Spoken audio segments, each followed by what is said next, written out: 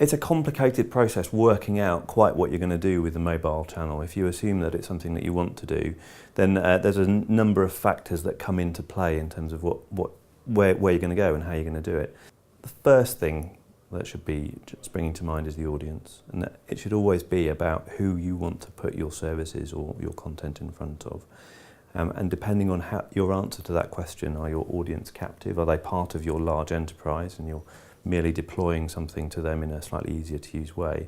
Or are your audience the consumer, the retail market, where you need to put something, you need to market this to them and get them to adopt it and get them to use it?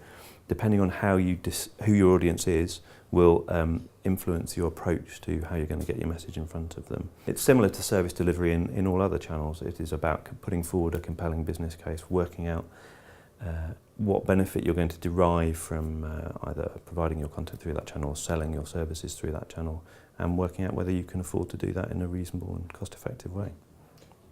So in terms of thinking about what actually you're going to do, once you've worked out who your audience is and how you're best going to reach them, the next considerations that need to come into play are effectively how much money you've got to throw at this and how much time and effort you're willing to put into it.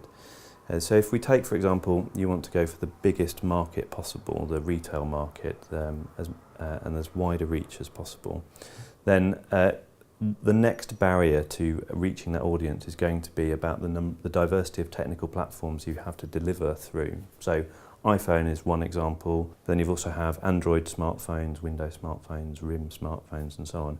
To address the biggest possible market, you'd span all of those, but that may not be a particularly cost-effective way of doing it, and it can be quite difficult to find and build the skills needed to build platforms and applications across all of those different diverse operating systems.